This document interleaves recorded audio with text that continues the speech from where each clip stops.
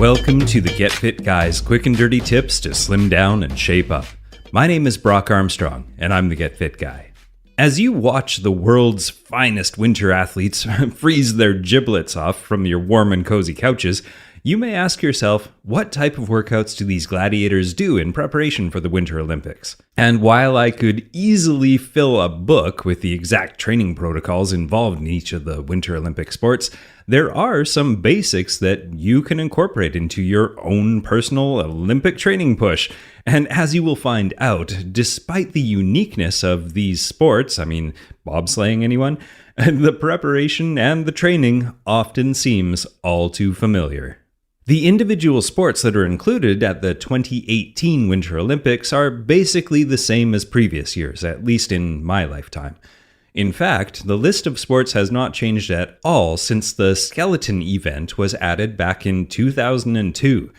There are 15 sports in the Winter Olympics organized into three main categories, and those categories are ice sports, alpine skiing and snowboarding events, and Nordic events. And in each of those categories, there are the following specific events. Olympic ice sports include bobsleigh, luge, skeleton, ice hockey, figure skating, speed skating, short track speed skating, and curling. In the Olympic alpine skiing and snowboarding events, there are alpine skiing, freestyle skiing, and snowboarding.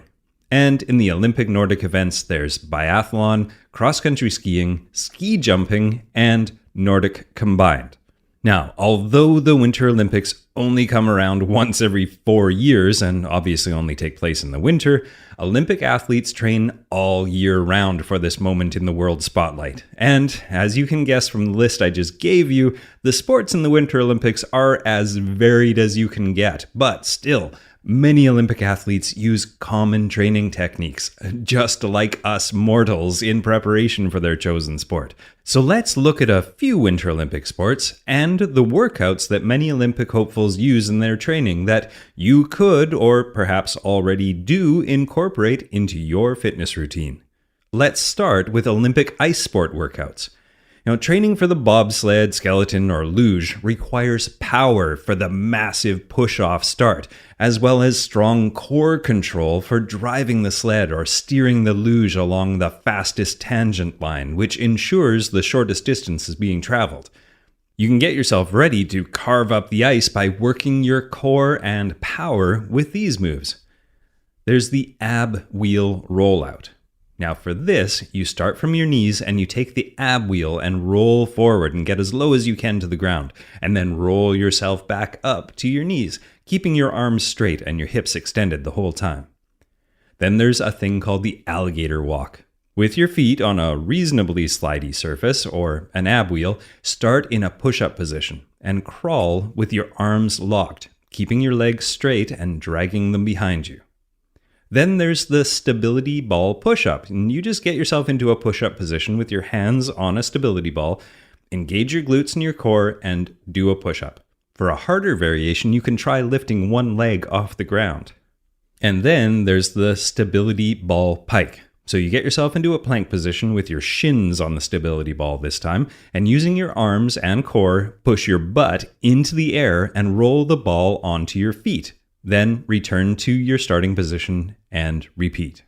Now, ice sports athletes would also do some more ubiquitous exercises such as barbell back squats or weighted step-ups to build strength and stability in their legs and lower body.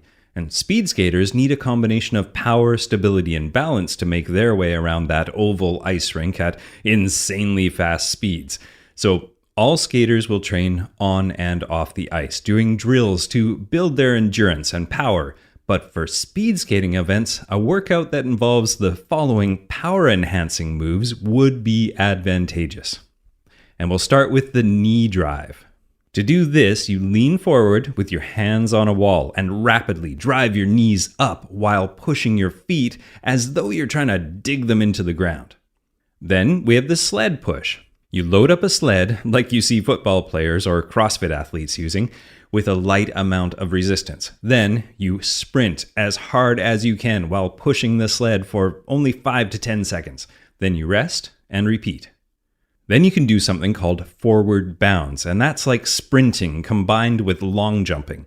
You bound as far, but not necessarily as high, as you can from one foot to the other, trying to cover as much ground as you can with each forward bound. Now, hockey players and figure skaters need some extra upper body strength as well, so they'll want to throw in some exercises like barbell bench press or pull-ups or dips and rows. And all skaters will likely spend some time on what we call a slide board, which, if you have a chance to try, is an amazing workout, even if you aren't an Olympic hopeful skater. So to use the slide board, you put the slide board on the ground and then you stand on it. And once you're on the slide board, you bend your knees slightly and use the muscles of your upper thighs to push yourself from one end of the board to the other. Now, like dancers, figure skaters train off the ice, practicing jumps and kicks and flexibility and balance and coordination. For all of these things, they need power and endurance. A good way to get this is by doing box jumps.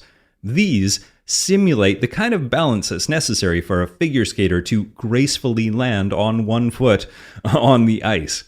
So to do a box jump, you stand in a ready-to-pounce position with your feet shoulder width apart, a comfortable distance from the box. Then extend your hips, swing your arms, and push your feet through the floor to propel yourself onto the box. Then you want to land like a cat, and by that I mean quietly and lightly on one foot. Then step back down to the floor and prepare for the next jump. The snowboarding events include half pipe, parallel giant slalom, and snowboard cross. Now, the half pipe requires agility, power, and balance, and snowboard cross and giant slalom require speed and technical skill. These athletes have been known to incorporate other activities such as surfing, skateboarding, and mountain biking into their training. Now, alpine skiing includes a handful of events where skiers can reach, speeds over 90 miles per hour. Ski racers, of course, spend the majority of their time training on the snow, but they also have been known to incorporate dry land strength and agility workouts that mimic their event. Freestyle skiing includes aerials, moguls, and ski cross, which are a mixture of strength, acrobatic agility, and endurance. In fact, aerial skiers often start their careers as gymnasts or divers. On the other hand, mogul skiers need strength and power and also fast reflexes. Now, at their base, all of these skiing events all require a workout that involves some of these basic strength training exercises to get them ready for gold. And the first exercise is the barbell deadlift. Now, to do this, you stand with your feet hip-width apart, bend at the hips, and lower your hips and knees until your shins touch the bar. Now, with your chest up and your back strong, drive through your heels to lift the weight up. When the bar passes your knees, pull your shoulder blades together and drive your hips forward. Then, lower the bar by bending at the hips and guiding it slowly to the floor, slow and controlled. And the next exercise is barbell front squat. And to do this, you hold the bar in front of your shoulders, then you slowly bend at the knees while keeping a straight posture. Go down until your knees are bent around 90 degrees or a little bit more. Then raise the bar back up by pushing the floor away with the middle of your foot and straighten your legs back to starting position. And the next exercise is the glute ham raise. Now, you have to get on the machine and put your feet on the foot plate and in between the rollers. And you do this face down with your knees just a little bit behind the pad. Then you begin at the bottom of the movement and initiate the movement by flexing your hamstrings. Now keep your upper body straight and make sure to stop when your body is fully upright. Then lower back down to starting position, keeping your descent slow and controlled. Now, snowboarders in particular will want to add in some more interesting and compact agility variations into their program. Things like the forward crawl, or otherwise known as the bear crawl. And to do this, you start on all fours with your knees about an inch above the ground and crawl forward by taking a tiny step with your right arm and your left leg at the same time. Then another step with your left arm and your right leg, and so on, like a bear. Then the next exercise is called a side kick through. And this one's kind of hard to explain, but I'll do my best. But if you want to really get an idea of how this works, I've put a link in the show notes over at getfitguy.quickanddirtytips.com and look for episode 376. But basically, you start on all fours with your feet, but not your knees, on the ground. Then you lift your right arm and your left leg at the same time. Then you swing your left leg underneath you and kick it out to the right while keeping your right hand near your shoulder. Then you bring your leg back underneath you and place your left foot and your right hand back on the ground. Then you do the same thing on the other side. But once again, go and check it out on YouTube. It's really hard to explain.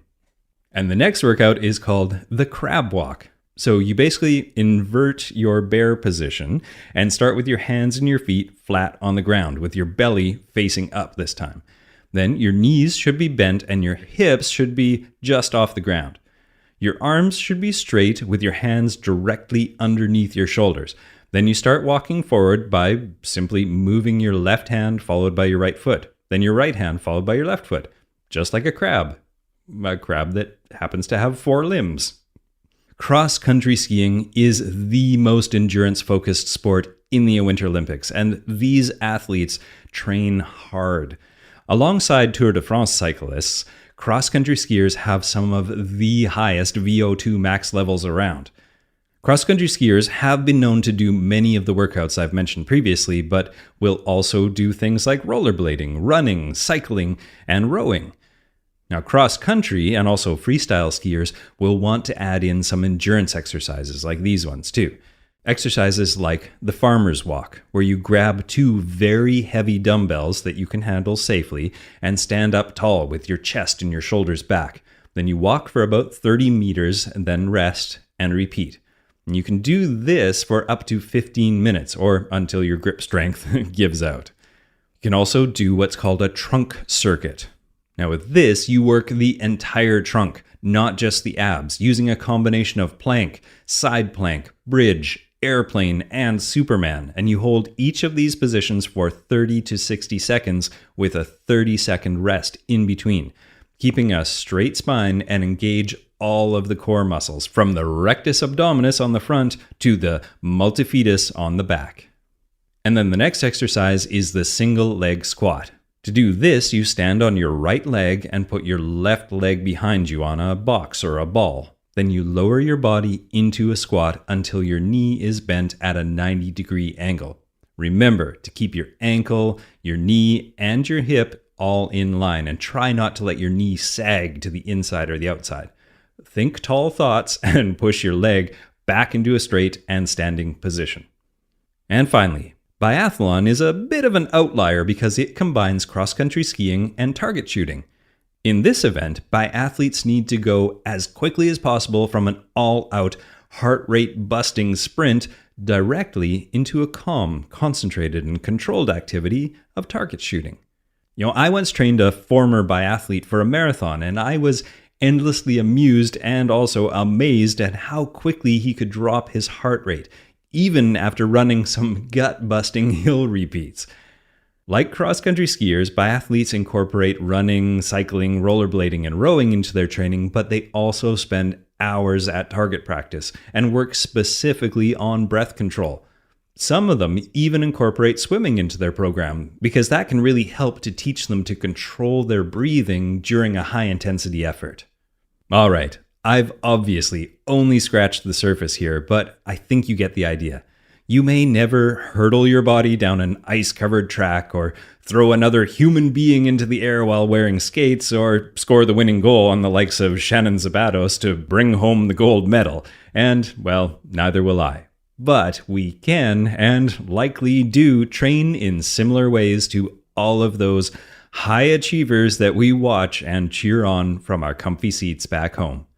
Now, I don't know about you, but I'm feeling pretty inspired to go and do a skeleton-style workout of my own. Of course, minus the part where I experience forces up to 5 Gs and reach speeds over 130 kilometers per hour. Yikes. Now, before I go, I want to thank a few of you who took the time to go over to Apple Podcasts and leave me a review and a rating. People like Kalani, who left a review that was titled TED Talk on Fitness, and 4 stars, said, Brock knows his stuff. You'll learn a lot of great information on this podcast that will help you to be a fitter and healthier you. Subscribe and add this to your podcast arsenal. Thanks, Kalani.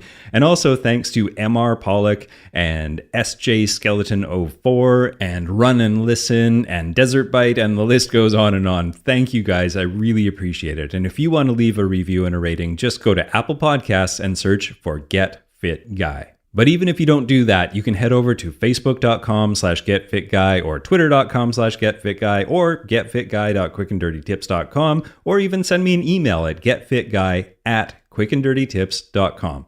Now, my name is Brock Armstrong, and I'm the Get Fit Guy, asking you, what are you waiting for? Go get fit.